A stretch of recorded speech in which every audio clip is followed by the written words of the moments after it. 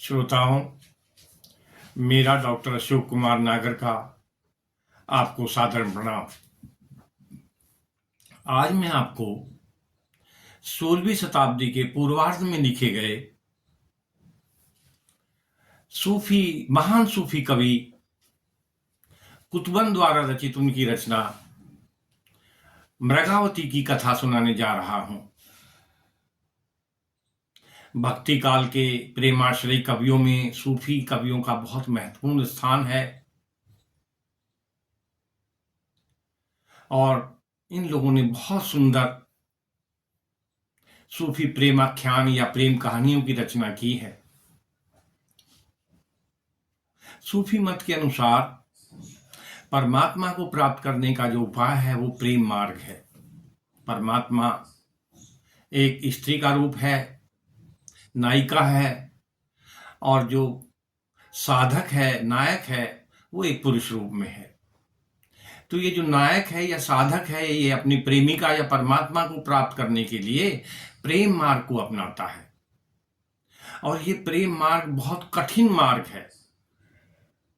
इसमें सिर के बल चलना पड़ता है, तलवार की धार के ऊपर चलना पड़ता है, और इस प्रेम मार्ग में बहुत सारी व्याधियाएं हैं, विरह है। और इस विरह की अग्नि में तपने के बाद जो प्रेमी है वो प्रेमिका तक अर्थात परमात्मा तक पहुंचता है।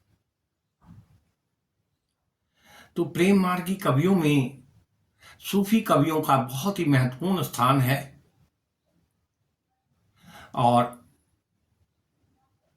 14वीं शताब्दी से लेकर 17वीं शताब्दी तक इन्होंने बहुत सुंदर सुंदर प्रेमाख्यान या प्रेम कहानियां लिखी हैं जो भारत में ही नहीं पूरी दुनिया में प्रसिद्ध हैं। और प्रेम मार्गी सूफी कवियों में जो सबसे पहले कवि थे वो थे मुल्ला दाऊद। ये उत्तर प्रदेश के रायबरेली जिले के दलमऊ नामक स्थान के रहने वाले थे और इन्होंने 1379 में चंदायन की रचना की है। चंदायन एक बहुत प्रसिद्ध प्रेम कहानी है। इसके ऊपर बहुत सुंदर सुंदर पेंटिंग्स बनी हैं और भारत के ही नहीं दुनिया भर के जितने बहुत प्रसिद्ध संग्रहालय हैं वहां ये पेंटिंग सुरक्षित है। इसके बाद 1503 में शेख कुतुबन ने मृगावती की रचना की। ये भी एक प्रेम कहानी है। इसके बाद मंजन ने 1545 के लगभग मधुमालती की रचना की और फिर 1540 के आसपास मलिक मोहम्मद जायसी ने, जो जायस के रहने वाले थे रायबरेली जिले के, अपने प्रसिद्ध ग्रंथ पद्मावत की रचना की है। तो ये चारों जो पुस्तकें हैं, लव स्टोरीज हैं, प्रेमाख्यान हैं, ये पूरी दुनिया में प्रसिद्ध है। आज इन्हीं में से एक जो प्रेमाख्यान है और जिसको शेख कुतुबन ने लिखा है और जिसका नाम मृगावती है, इसकी कथा मैं आपको सुनाने जा रहा हूं। ये जो कथा है ये रहस्य रोमांच से भरपूर है, बहुत मनोरंजक है। लेकिन मैं एक चीज आपको बता दूं कि इतिहास से इसका कोई लेना देना नहीं है। ये सब काल्पनिक घटनाओं के ऊपर आधारित रचनाएं हैं और इसके बारे में तो मृगावती के बारे में विद्वानों का ये मानना है कि ये कुतुबन की मौलिक कल्पना नहीं है। ये कोई बहुत ही अति प्राचीन भारतीय कहानी है जिसमें कुछ अपनी कल्पनाओं का समावेश कर कुतुबन ने इसकी रचना की। द्रोणगिरी नाम के एक राज्य के राजा थे गणपत देव और उनके एक पुत्र हुए जिनका नाम था राजकुमार। और एक कंचनपुर की राजकुमारी है रूपमुरारी राजा की पुत्री, उनका नाम है मृगावती। तो ये जो कहानी है राजकुमार और मृगावती की प्रेम कहानी है। जब राजकुमार नौजवान हो जाते हैं तो इनको शिकार का बहुत शौक है। एक दिन ये अपने साथियों के साथ, सैनिकों के साथ घोड़े पे बैठ के जंगल में शिकार खेलने जाते हैं घोड़े पर बैठकर। तो वहां इनको एक सतरंगी 7 रंग वाली हिरनी दिखाई देती है, मृगी दिखाई देती है, बहुत सुंदर है, जो इनकी तरफ देख रही है। ये उसका पीछा करते हैं। मृगी भी दौड़ती है और दौड़ते दौड़ते वो एक तालाब में, मानसरोवर में कूद जाती है। राजकुमार अपने घोड़े से उतरते हैं, कपड़े उतारते हैं और ये भी उसकी खोज में तालाब में, उस सरोवर में कूद जाते हैं, उसको ढूंढते हैं, लेकिन वो जो मृगी है इनको नहीं मिलती है। वास्तव में वो मृगी नहीं है, वो तो कंचनपुर के राजा जो रूप मुरारी हैं उनकी पुत्री मृगावती है, जिसके पास मायावी विद्याएं हैं, जो कोई भी रूप धारण कर सकती है, हवा में उड़ सकती है, अदृश्य हो सकती है। तो उसी राजकुमारी ने इनको देख लिया था और देखने के बाद तुरंत उसने मृगी का रूप धारण किया और वो इस तालाब में कूद गई। तालाब से बाहर निकलने के बाद ये बहुत उदास हो जाते हैं, इनका मन बड़ा दुखी हो रहता है। इनके जो सहायक सैनिक हैं ढूंढते ढूंढते आ जाते हैं। वो कहते हैं, वो इनसे पूछते हैं तो ये बताते हैं कि मैंने ऐसे ऐसे एक 7 रंग वाली हिरनी देखी थी जो इस तालाब में कूद गई है। तो वो लोग कहते हैं कि भाई ये सब स्वप्न की बातें हैं, ऐसा 7 रंग वाली कोई हिरनी नहीं होती है, आप चलिए हम वापिस अपने राज्य में चलते हैं। लेकिन राजकुमार मना कर देता है, किसी भी स्थिति में ये वापस चलने के लिए तैयार नहीं है, वहीं सरोवर के पास बैठ जाता है। इनके पिता को सूचना दी जाती है। राजा गणपत देव अपने सभासदों के साथ, दल बल के साथ आते हैं, इनको समझाते हैं, बताते हैं कि भाई ये सब मिथ्या है, ऐसी कोई हिरनी नहीं होती है, ये कोई आपने स्वप्न देखा होगा, आप वापस चलिए। लेकिन ये बिल्कुल तैयार नहीं है और पिताजी से कहता है कि आप यदि जबरदस्ती मुझे ले जाएंगे तो मैं मर जाऊंगा। राजा डर जाता है। ये जो राजकुमार है कहता है कि मैं यही रहूंगा तालाब के किनारे ही और उस मृगी का इंतजार करूंगा। आप चाहें तो मेरे लिए एक महल बनवा सकते हैं। इसी के किनारे राजा तुरंत सभासदों को आदेश देता है और एक बहुत सुंदर 7 खंडों वाला महल जो है तालाब के किनारे बना दिया जाता है। ये राजकुमार अपनी धाई के साथ उसमें रहने लगता है।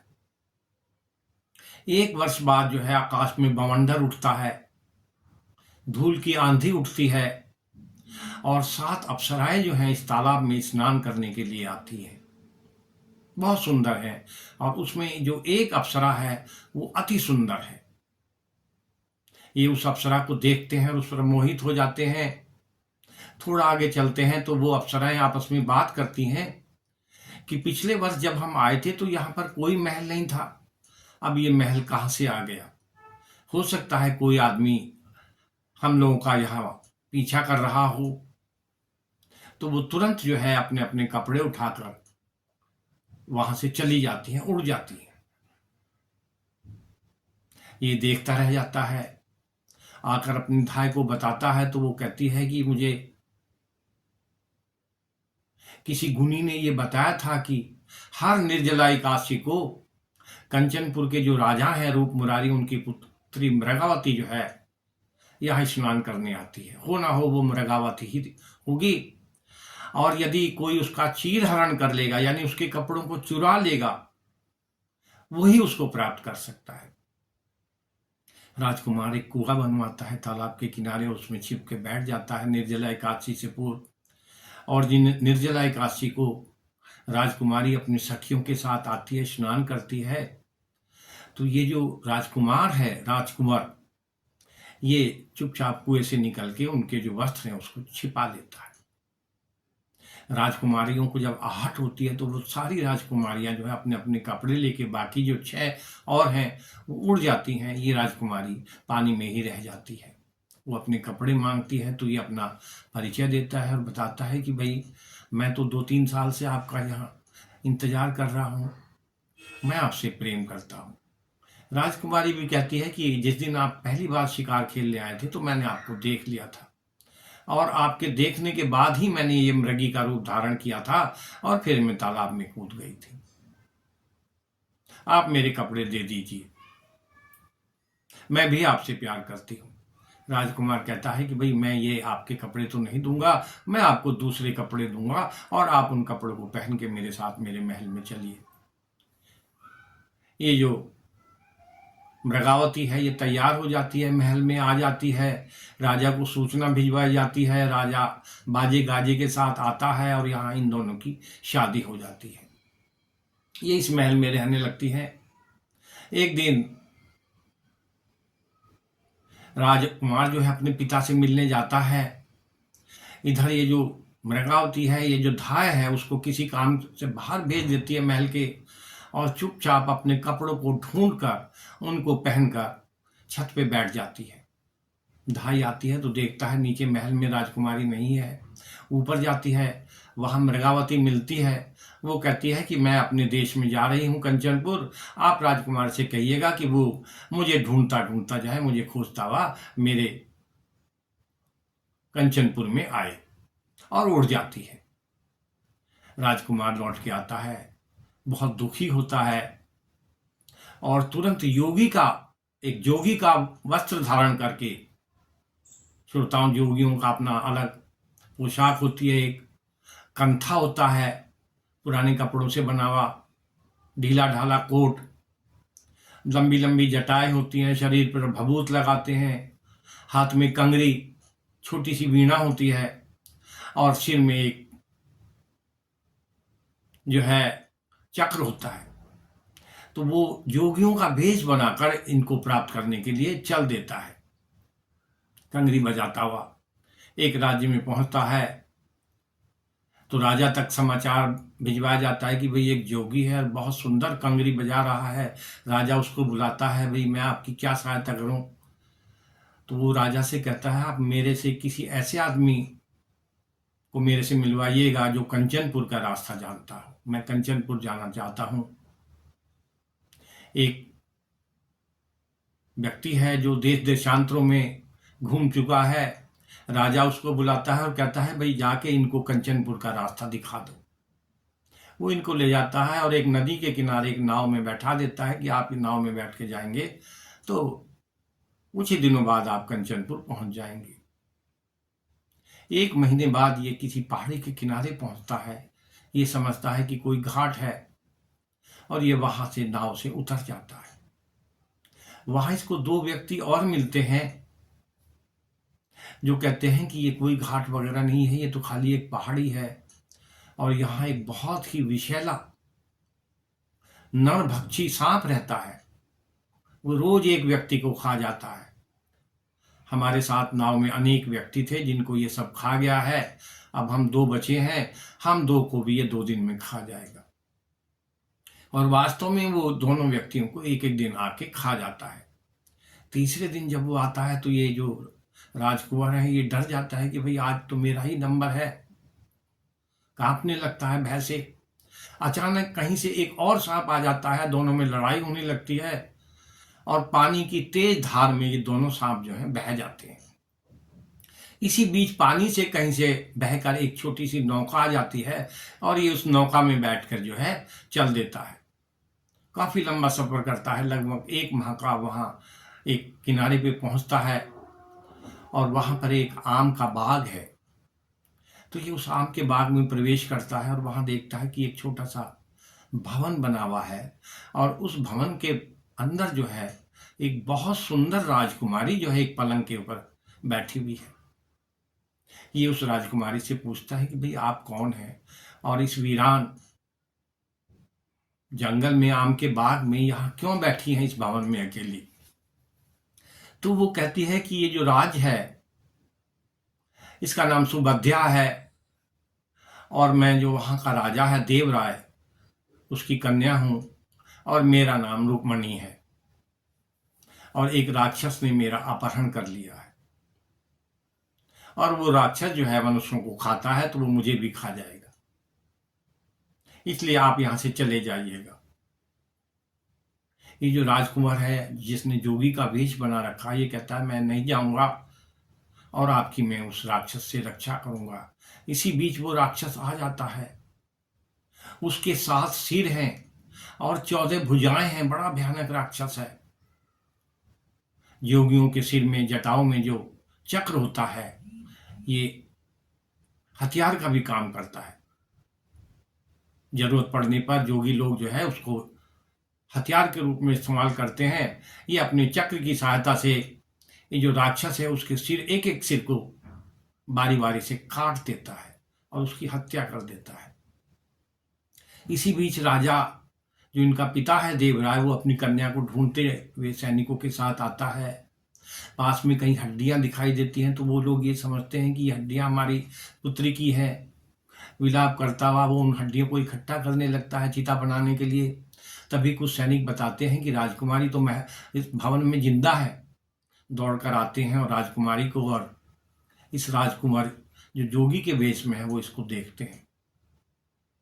राजकुमारी बताती है कि ये तो राजा के पुत्र हैं, गणपति देव,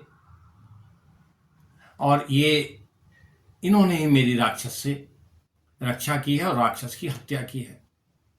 राजा इनको ले जाता है, बहुत अच्छे अच्छे वस्त्र पहनाता है, कहता है कि भाई आप ये वस्त्र उतार दीजिए जब राजा हैं, और हाथी के ऊपर इनका जुलूस निकालता है। सभी नर नारी बड़े प्रसन्न हो जाते हैं और वो प्रस्ताव रखता है कि भाई आप मेरा आधा राज्य भी ले लीजिए और मेरी जो पुत्री है ये रुक्मणी, इसके साथ शादी कर लीजिए। लेकिन राजकुमार तैयार नहीं होता, ये मना कर देता है कि मैं आपकी पुत्री से शादी नहीं करूंगा।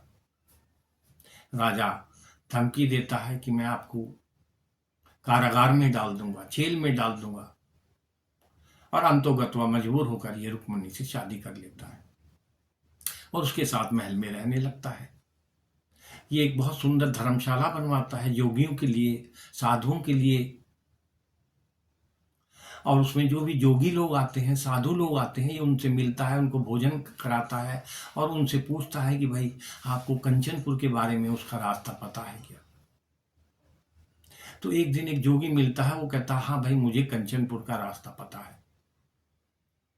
ये घोड़े पे बैठ के अपनी पत्नी से कह के कि मैं शिकार खेलने जा रहा हूं, जोगी के साथ चला जाता है और नदी के किनारे जो है उस जोगी के वस्त्र पहन लेता है और घोड़े को वहीं बांध देता है और नाव में बैठ के पार कर जाता है उस नदी को। सैनिक ढूंढने जाते हैं, घोड़ा बंधा हुआ देखते हैं तो वो समझते हैं कि किसी जंगली जानवर ने लगता है राजकुमार को खा लिया है। रुक्मणी बहुत दुख मनाती है और विरह में डूब जाती है। इसी बीच नदी पार करता हुआ ये व्यक्ति जब एक गांव के किनारे पहुंचता है तो वहां बहुत सारी बकरियां दिखाई देती हैं और एक चरवाहा है। तो वो चरवाहा है इसको प्रणाम करता है और कहता है कि आप मेरे अतिथि हैं, मेरा आतिथ्य स्वीकार कीजिए, चलिए मेरे साथ, मैं आपको भोजन कराऊंगा। ये जो जोगी है ये उसके साथ चल देता है।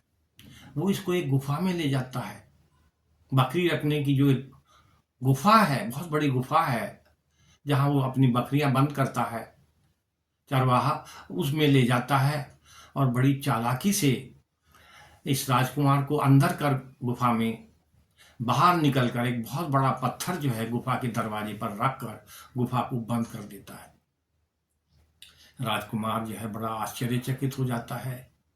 गुफा में देखता है कि बहुत मोटे मोटे कुछ व्यक्ति वहां लेटे हुए हैं। जिंदा है वो, लेकिन इतने मोटे हो गए हैं उनके हाथ पैर कि वो चलने की स्थिति में नहीं है। ये उनसे पूछता है भाई आप लोग कौन हो। कहते हैं ये चरवाहा जो है ये नरभक्षी है, मनुष्यों को खाने वाला है और ये बहका के हमें लाया है। इसने कोई ऐसी जड़ी बूटी हमें खिलाई है जिससे हमारा वजन बहुत बढ़ गया है और अब हम चलने फिरने की स्थिति में नहीं है, और ये हमें एक एक करके आग में भून के खा जाएगा।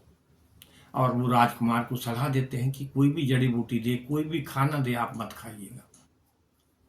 चरवाहा आता है और एक व्यक्ति को आग में भूनकर खा जाता है, सो जाता है।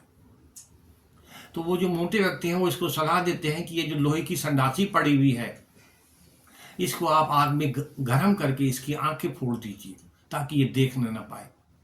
राजकुमार उस संडासी को आग में तपाता है और उसको चरवाहे की दोनों आंख फोड़ देता है। वो दर्द से चिल्लाता है, भागता है पकड़ने के लिए, लेकिन ये राजकुमार उसके हाथ नहीं आता है। बड़ी फुर्ती से बाहर निकल जाता है वो चरवाहा और फिर गुफा का दरवाजा बंद कर देता है।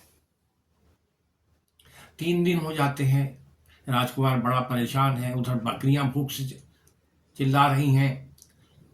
तो वो राजकुमार सोचता है कि बकरियों को ये जरूर निकालेगा और वो एक बड़े हुए बकरे को मारकर उसकी खाल ओढ़ लेता है।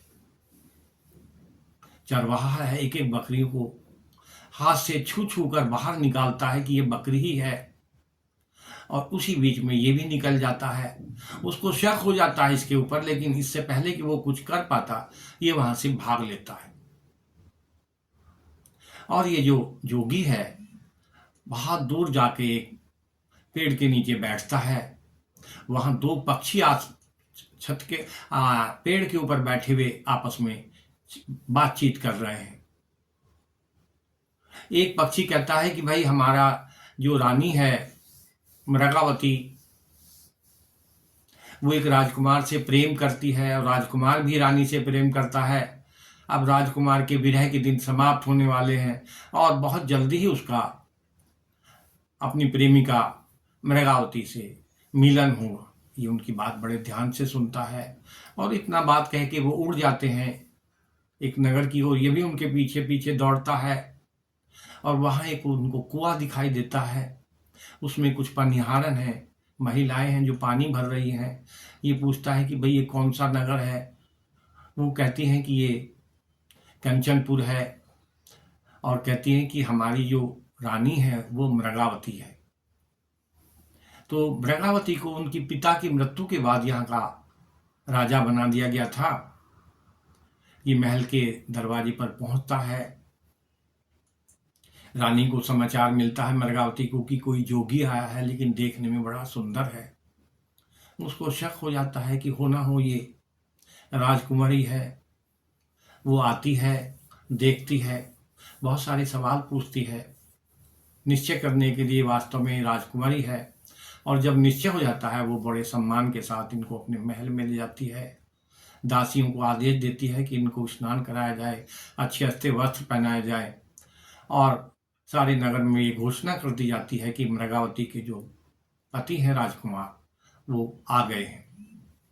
बहुत सारे जो प्रजा के लोग हैं वो इनको प्रणाम करने के लिए, इनका सम्मान करने के लिए महल में आते हैं। ये लोग वहाँ रहने लगते हैं। इनके 2 पुत्र भी हो जाते हैं। काफी लंबे समय तक, लगभग 12 साल तक ये वहाँ रहते हैं। इसी बीच एक राजकुमारी की सखी है मृगावती की, वो अपने घर के लिए किसी शुभ कार्य में इनको आमंत्रित करती है रानी को। रानी कहती है कि मैं अपनी सखी के घर जा रही हूँ किसी मंगल कार्य के लिए, आप यहीं रहिए महल में, लेकिन एक जो कोठरी है उसको बिल्कुल मत खोलना। ये कहकर चली जाती है। ये जो राजकुमार है ये देखता है कि भाई इस कोठरी में क्या है, इसको जरा खोल के देखना चाहिए। तो जैसे ही वो कोठरी का दरवाजा खोलता है तो उसमें एक लोहे का पिंजरा दिखाई देता है, उसमें एक मनुष्य कैद है। वो व्यक्ति कहता है कि मैं जो राजा था रूपमुरारी, उसका विश्वास पात्र कर्मचारी था। राजा के सारे धन का, पैसे का मैं ही हिसाब किताब रखता था और लोग मेरे से ईर्ष्या करते थे और रानी को मेरे खिलाफ चुगली करके उन्होंने मेरा दुश्मन बनाकर मुझको यहाँ कैद में कर दिया है। आप मुझे कैसे छुड़वा दीजिए। ये जैसे ही पिंजरा खोलता है राजकुमार, वो एकदम से जो व्यक्ति है वो एक विशाल राक्षस का रूप ले लेता है और इनको अपने कंधे पे उठाकर उड़ जाता है। उसके बाद कहता है कि तुम काफी दिनों से राजकुमारी के साथ रह रहे हो, उसका पति बनकर, जबकि उसका प्रेमी तो मैं हूं, और आज मैं आपको छोड़ूंगा नहीं, आपको मार दूंगा। आसमान में से कहता है बताओ मैं तुम्हें पहाड़ के ऊपर धक्का दूं या समुद्र में धक्का दूं। तो राजकुमार कहता है कि ऐसे व्यक्ति उल्टा कार्य करते हैं। तो वो कहता है तुम मुझे पहाड़ के ऊपर धक्का दे दो, पहाड़ के ऊपर छोड़ दो, गिरा दो। तो वो उल्टा करता है और इसको एक समुद्र में डाल देता है। ये वहां से तैर के निकल जाता है। तभी राजकुमारी को पता चलता है, मृगावती को, वो दौड़ी दौड़ी आती है और पता चल जाता है कि वो जो राक्षस जो है वो इसको ले गया है। बहुत सारे सैनिकों को चारों तरफ दौड़ाया जाता है, लेकिन कहीं पता नहीं चलता। आषाढ़ का महीना आ जाता है। वो पवन से प्रार्थना करती है कि हे पवन, आप चारों दिशाओं में घूमते हैं, आप मेरे प्रेमी का, राजकुमार का पता लगा के मुझे बताइएगा। श्रोताओं, कालिदास ने भी मेघदूत में जो है ऐसे ही यक्ष जो है मेघदूत को अपना दूत बना के अपनी प्रेमिका के पास भेजता है। बहुत प्रसिद्ध रचना है कालिदास की मेघदूत। मैंने वीडियो भी बनाए हैं। तो ये पवन जो है उस राजकुमार का पता लगा के रानी को बताता है। रानी वहां पहुंचती है और इनको वापस महल में ले आती है। इसी बीच जो राजकुमार के पिता हैं गणपति देव, वो अपना दूत भेजते हैं इनको बुलाने के लिए। ये वापस चल देते हैं और रास्ते में रूपमणि को भी अपने साथ अपने राज्य में ले आते हैं। दोनों रानियां महल में रहने लगती हैं। एक दिन शिकारी लोग आके ये सूचना देते हैं कि जंगल में एक बहुत खतरनाक शेर आया हुआ है और वो जितने भी जंगल के हाथी हैं उनको मार रहा है। एक एक करके सभी हाथियों को वो मार रहा है। ये हाथी पर बैठ के शिकार खेलने जाता है उसको मारने के लिए। शेर का और इसका सामना होता है। ये शेर भी इसके ऊपर हमला करता है, ये भी तीर से हमला करता है।